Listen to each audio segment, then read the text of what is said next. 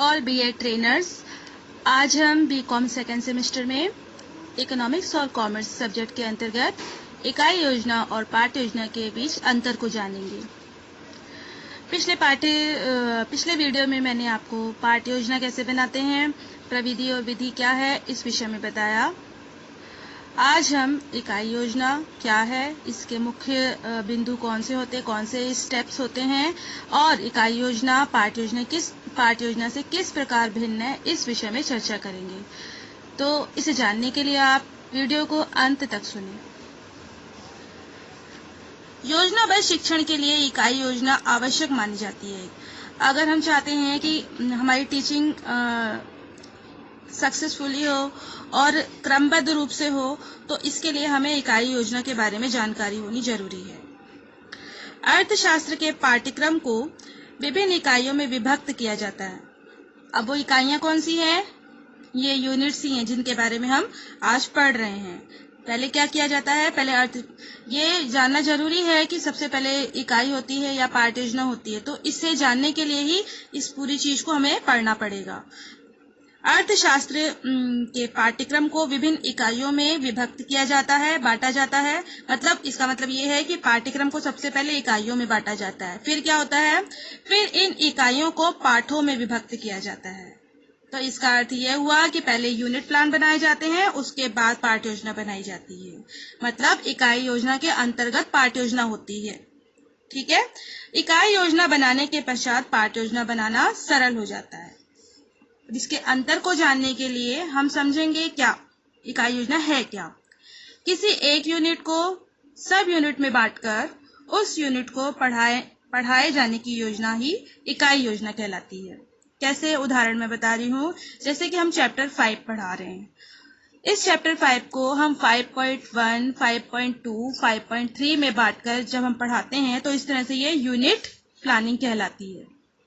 जैसे एक चैप्टर को हमने अलग अलग यूनिट में बांट दिया और उसे पढ़ाया। ठीक है। अब हम पाठ्य योजना पर आते हैं। पाठ्य योजना इकाई योजना से कैसे भिन्न है? ये क्या होती है पाठ्य योजना? यह योजना एक विशेष समय के लिए होती है और यह किसी टीचर द्वारा क्लास में पढ़ाए जाने वाले 1 घंटा या फिर 40-45 मिनट की होती है। ठीक है। दोनों में अंतर है। इकाई योजना पाठ्य योजना का आधार होती है और पहले पाठ्य योजना बनाई जाती है, फिर इकाई योजना बनाई जाती है। तो इससे स्पष्ट है कि पहले इकाई योजना का निर्माण हुआ, बाद में पाठ्य योजना का निर्माण हुआ। अच्छा, इकाई योजना और पाठ्य योजना से पहले भी एक योजना का निर्माण हुआ है। वो कौन सी योजना है? वो है वार्षिक योजना, जिसे हम डेली डायरी के नाम से भी जानते हैं। डेली डायरी हम बनाते हैं, उसमें ये बताते हैं हम कि किस किस मंथ में हम कौन कौन सा पाठ पढ़ा देंगे। ठीक है। वार्षिक योजना के बाद आती है इकाई योजना। अब इकाई योजना में हम ये दर्शाते हैं कि हम किस किस मंथ में कौन कौन सी इकाई पढ़ा देंगे। ठीक है। और पाठ्य योजना तो हमारी दैनंदिन होती है, जो कि रोज की बनाई हुई होती है ना, रोज बनानी होती है। शिक्षण की सफलता उसके नियोजन पर आधारित होती है। कैसे? क्योंकि शिक्षण क्या है? उद्देश्यपूर्ण प्रक्रिया है और इस क्रिया को सफलता पूर्वक करने के लिए नियोजन बनाना आवश्यक है। मतलब योजना बनानी आवश्यक है। संपूर्ण वस्तु के शिक्षण की कैसे योजना बनाएं? इसका अर्थ ये है कि हमें सबसे पहले वार्षिक योजना, इसके बाद इकाई योजना तथा अंत में दैनिक पाठ योजना बनानी चाहिए। तभी मतलब ये जो शिक्षण का कार्य है सफल हो सकेगा। वार्षिक योजना क्या है? वार्षिक योजना केवल शिक्षण कार्य की ही नहीं बनाई जाती।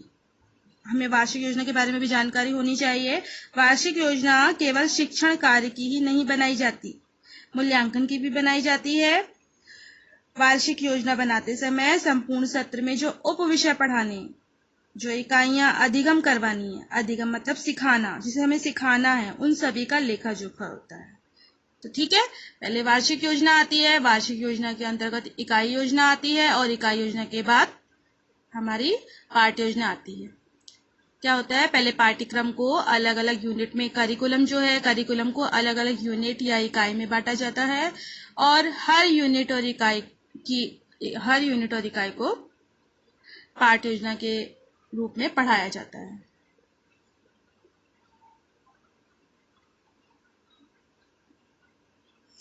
इकाई योजना के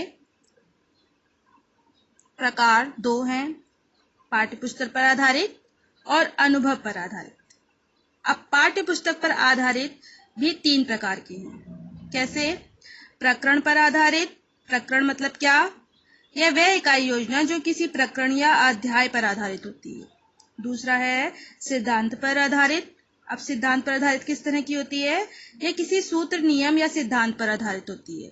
तीसरा मैंने आपको बताया किसी मूल पहलू पर आधारित। मूल पहलू पर आधारित मतलब किस तरह की? बालकों को बालक जो हैं, बालक बालिकाएं, उनको वातावरण या सांस्कृतिक व्यवहार का वास्तविक ज्ञान प्रदान करने के लिए या संस्कृति के पहलू के आधार पर जो योजना बनाई जाती है और पढ़ाया जाता है, वो किसी मूल पहलू पर आधारित होती है, मतलब किसी विशेष चीज की जानकारी देना, है ना। अब दूसरा प्रकार इसका आता है अनुभव आधारित योजना। इसमें भी 3 टाइप्स हैं। कौन कौन से? रुचि पर आधारित, उद्देश्य पर आधारित और आवश्यकताओं पर आधारित। रुचि पर आधारित कैसे? नाम से ही स्पष्ट हो रहा है, इस प्रकार की योजना जो स्टूडेंट्स हैं उनके इंटरेस्ट पर आधारित होती है। दूसरा है उद्देश्य पर आधारित, किसी मेन पर्पस पर आधारित होती है जो हमें प्राप्त करना होता है। तीसरा है आवश्यकताओं पर आधारित। इसी जो ये आवश्यकताओं पर आधारित योजना है, यह व्यक्तिगत शैक्षिक आवश्यकता पर बनाई जाती है, मतलब जो भी एजुकेशनल पर्पस होते हैं उससे संबंधित होती है ये।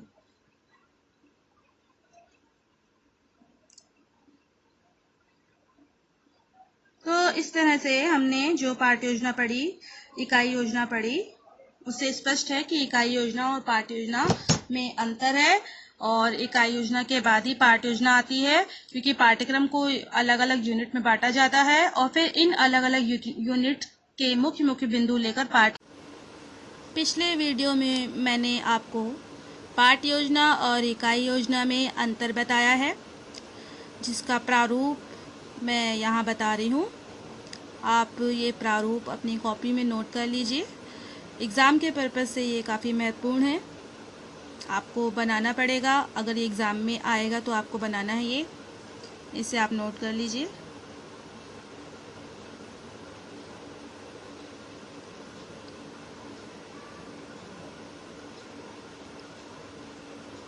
साथ ही विस्तृत पाठ्य योजना और संक्षिप्त पाठ्य योजना का प्रारूप भी आपके सामने है। ये विस्तृत पाठ्य योजना मैं पढ़ा चुकी हूँ आपको, इसे नोट कर लीजिए। विस्तृत पाठ्य योजना कैसी पाठ्य योजना है? इसमें शिक्षक छात्राओं द्वारा की जाने वाली सारी क्रियाओं का ब्यौरा रखता है, इसलिए इसे विस्तृत पाठ्य योजना कहा जाता है। ये संक्षिप्त पाठ्य योजना। पाठ्य योजना के टाइप्स आएंगे तो आपको दोनों को बताना है। विस्तृत मैं बता चुकी हूँ। संक्षिप्त पाठ्य योजना का प्रारूप इस तरह है। संक्षिप्त पाठ्य योजना कार्यरत शिक्षकों के लिए होती है, जो कि समय अभाव के कारण इस तरह की पाठ्य योजना बनाते हैं और कक्षा में जाकर पढ़ाते हैं। आशा करती हूँ कि आपको ये पाठ्य योजना और इकाई योजना में अंतर समझ में आया होगा, और अगर कोई समस्या है तो आप मुझे कॉल मैसेज कर सकते हैं।